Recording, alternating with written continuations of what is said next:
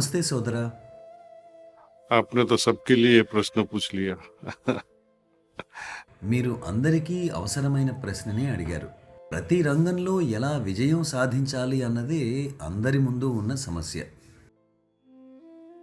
యోగః కర్మసు కౌశలం అని నేను కాదు, సాక్షాత్తు శ్రీకృష్ణ భగవానుడే అన్నారు.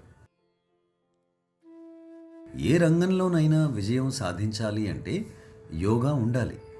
యోగా అంటే పతంజలి మహర్షితో కూర్చుని విన్యాసాలు, వ్యాయామాలు చేయమని అర్థం కాదు. బలంగా శబ్దం వచ్చేలా శ్వాసించడం, శ్వాసకు సంబంధించిన వ్యాయామాలు చేయమని కాదు. ఇవన్నీ చేయాలి. మన ఆరోగ్యం కోసం ఆసనాలు, ప్రాణాయామం ఇవన్నీ అవసరమే. అయితే ఏ రంగంలోనైనా పూర్తి విజయానికి ఈ వ్యాయామాలు అన్నింటి పాత్ర 2 నుండి 3% వరకే ఉంటుంది. కేవలం ధ్యానం సహాయంతోనే మనం ముందుకు కొనసాగగలుగుతాము. ధ్యానం లేనిదే ఎవరూ ఉద్ధరింపబడలేదు, ఎవరూ వికాసం చెందలేరు కూడా. అన్నిటికీ మించినది ధ్యానమే, క్రమం తప్పని ధ్యానం. ప్రతిరోజు ఉదయం ఒక నిర్ణీత సమయంలో ధ్యానం చేయండి. సాయంత్రం ఇంటికి చేరుకున్న వెంటనే నిర్మలీకరణ చేసుకోండి.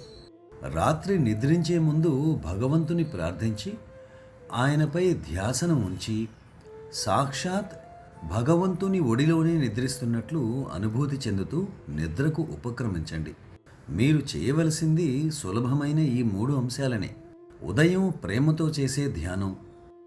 మనం ఏ వైఖరితో ధ్యానిస్తున్నాం అన్నది ఇక్కడ ప్రధాన పాత్ర పోషిస్తుంది. మొక్కుబడిగా చేసే ధ్యానం, ప్రేమతో చేసే ధ్యానం, ఈ రెండింటిలో చాలా భేదం ఉంటుంది. मन लगा के ध्यान करो। కనుక మనస్ఫూర్తిగా ధ్యానం చేయండి. మనసును లగ్నం చేసి ధ్యానం చేయడం వల్ల ఉత్పన్నమయ్యే ఆధ్యాత్మిక స్థితి చాలా గాఢంగా ఉంటుంది. ఒక లోతైన స్థితి మనలో ఏర్పడుతుంది.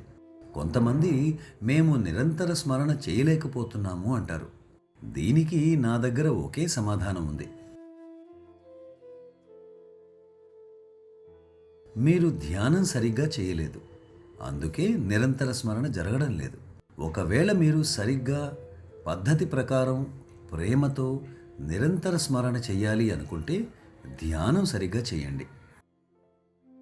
అదే ఏకైక మార్గం, అదే పరిష్కారం. ఇంతకు మించిన వేరే పరిష్కారం లేదు. ఒక విద్యార్థిగా ధ్యానించండి, నిర్మలీకరణ చేయండి, ప్రార్థన చేయండి. ఒక కుటుంబ సభ్యునిగా ఇతర కుటుంబ సభ్యులతో కలిసి ధ్యానించండి. దీనివల్ల మరింత మార్పు వస్తుంది.